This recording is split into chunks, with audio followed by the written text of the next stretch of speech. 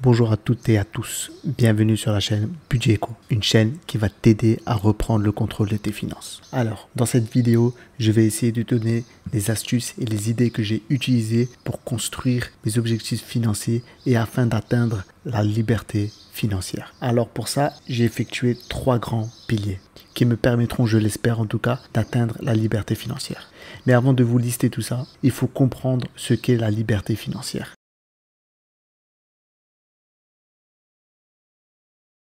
En réalité, il n'y a aucune définition. Plus précisément, il y aura autant de définitions qu'il y a d'êtres humains sur Terre. Vous l'aurez compris, la liberté financière dépend de chacun d'entre nous. Pour ma part, cela consistait à ne plus dépendre financièrement de son job pour vivre. Vivre en fonction de mes envies et non me contraindre à mes activités.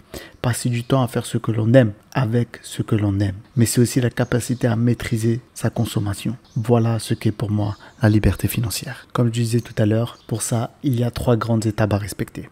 La première et la plus importante, c'est comme pour la construction d'une maison, ce sont les fondations.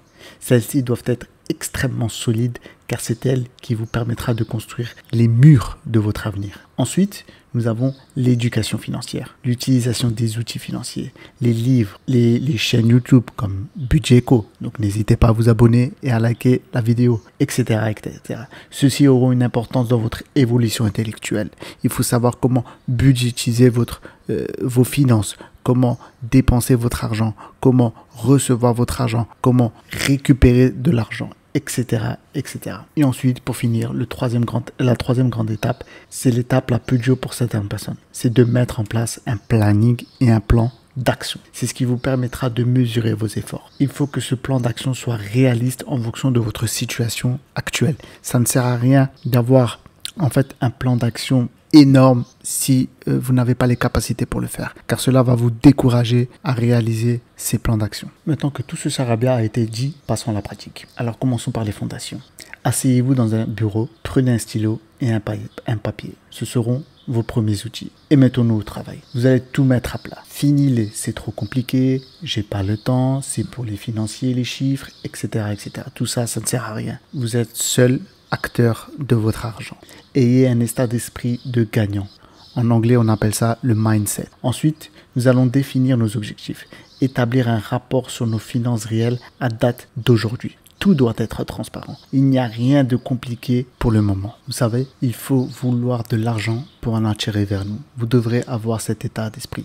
Pensez à tout ce que vous pourriez faire si l'argent n'était pas un problème et focalisez-vous dessus. Vous devez y penser et vous sentir bien quand vous y pensez. Entraînez-vous comme un sportif de haut niveau. L'exercice contribue à la santé financière. Quelle que soit sa discipline, on n'a jamais vu un sportif s'engager dans une course, une compétition, un match de football sans aucune préparation. Ceux qui réussissent le mieux passe par la préparation mentale avant même la préparation physique. Par exemple, pour ma part, je regarde tous les jours un article sur le Financial Times. Sur Twitter, je suis abonné aux personnes ayant fait fortune afin de m'imprégner de leur vécu. Le soir, je regarde 20 minutes de BFM Business. Certes, ça reste BFM, mais c'est quand même du business. Tout ceci, c'est afin de voir, de s'imprégner sur le comportement des entrepreneurs qui ont réussi pour essayer de les imiter. Alors, je sais que certains d'entre vous vont me dire que c'est too much. Mais je vous rappelle que Nabila, par exemple, a plus de 2 millions d'abonnés. C'est-à-dire 2 millions de personnes qui veulent plus ou moins lui ressembler. Sincèrement, je préférerais être dans les 500 000 personnes à suivre Warren Buffett que suivre Nabila. Chacun ses préférences. Maintenant, parlons des objectifs. Alors les objectifs, moi personnellement, je les classe en 3 catégories. Nous avons le court terme, le moyen terme et le long terme. N'oubliez pas, les objectifs peuvent être financiers ou pas. Par exemple, à court terme, on peut établir un objectif de 5 € par semaine d'économie, par exemple. Mais on peut aussi, à court terme, apprendre la comptabilité, la gestion financière, etc., etc. À moyen terme, pour ma part, j'avais fait l'achat de la maison. Et on a aussi l'objectif financier de 100 000 € d'épargne. Alors le moyen terme peut se calculer sur 5, 7 ans, 10 ans en fonction de vos objectifs. Nous avons le long terme. Le long terme, c'est la retraite, la liberté financière. Épargner 500, 1 million d'euros, pourquoi pas. Acheter des appartements de location, etc., etc. Alors s'il vous plaît, ne faites pas comme nous à nos débuts et évitez à tout prix la procrastination. Ce terme, c'est le phénomène qui consiste à reporter les tâches, les actions au lendemain. Je pense que tout le monde a déjà écouté. Quand vous êtes dans la procrastination, vous faites souvent autre chose de moins productif pour assurer une part de satisfaction immédiate. Et en agissant ainsi, vous repoussez vos objectifs. Vous croyez que demain sera un jour meilleur pour faire ce que vous avez à faire, que vous serez plus en forme, mieux disposé, etc., etc. Peut-être même allez-vous jusqu'à dire que vous travaillez mieux sous pression pour justifier votre procrastination. Alors, s'il vous plaît, évitez cela. Je ne vous demande pas de réaliser tous ces objectifs pour demain. Non, non, non, non. Il s'agit juste de commencer à accomplir quelque chose ou quelques tâches qui vont vous permettre d'avancer vers la réalisation de votre projet. Faites une chose après l'autre. Par exemple, nous utilisons des fiches postées sur le frigo à côté des dessins de nos enfants qui nous permettent de voir tous les jours nos objectifs à atteindre dans la semaine ou le mois. Nous utilisons également ce qu'on appelle les challenge budget qui consistent à se lancer des défis financiers. Par exemple, 1 euro par semaine, 50 euros par mois, d'épargner, etc., etc. Promis, toutes ces fiches seront dans notre boutique Etsy très bientôt. Passons maintenant au bilan financier.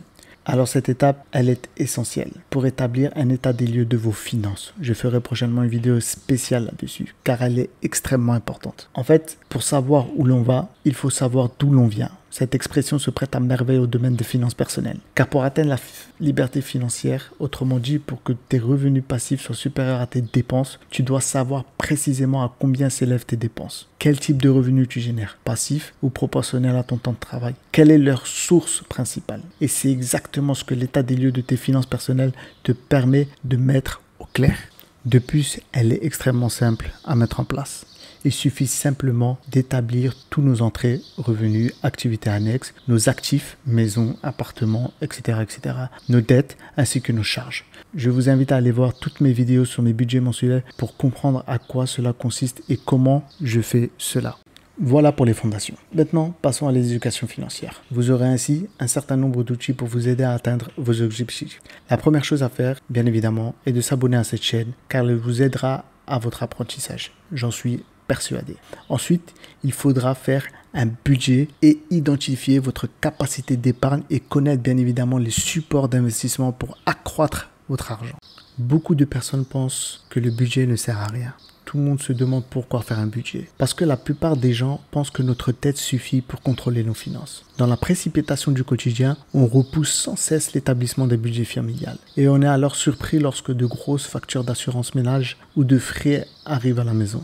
Les dépenses irrégulières comme les frais de réparation de la voiture ou de la toiture sont un défi supplémentaire. Voilà pourquoi, et c'est pour la simple et unique raison que comme chaque être humain que nous sommes, ils ne se souviennent pas de toutes les dépenses qu'ils ont fait dans le mois. Ce phénomène se produit pour tous ceux qui agissent de cette manière. On ne gère pas ce que l'on ne contrôle pas. Il est donc important que tu exerces un contrôle total sur l'ensemble de tes opérations de ta vie financière. Tu dois savoir avec précision où tu en es.